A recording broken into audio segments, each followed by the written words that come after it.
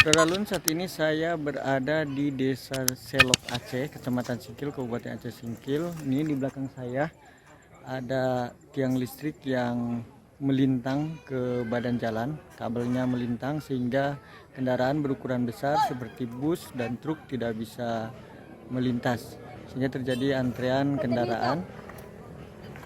Sementara untuk kendaraan yang berukuran kecil seperti sepeda motor dan mobil berukuran kecil masih bisa melintas. Sudarlun, tiang listrik miring ke badan jalan provinsi Singkil Utara Singkil di kawasan Selok Aceh, Aceh Singkil.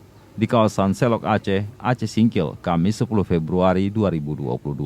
Kondisi ini menyebabkan kendaraan berukuran besar seperti truk dan bus tidak bisa melintas, sebab kabel hanya berjarak 2 meter dari badan jalan.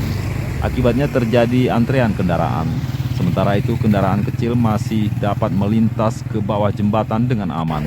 Tiang listrik yang tumbang merupakan penyangga kabel. Kabel tersebut selanjutnya menjadi penyambung ke kabel rumah pelanggan.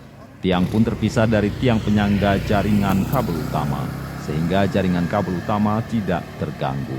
Berdasarkan amatan, tiang yang miring terbuat dari besi. Di bagian bawah mengalami bengkok sehingga miring ke arah jalan. Dari Singkil, Dede Rosadi, Serambion TV.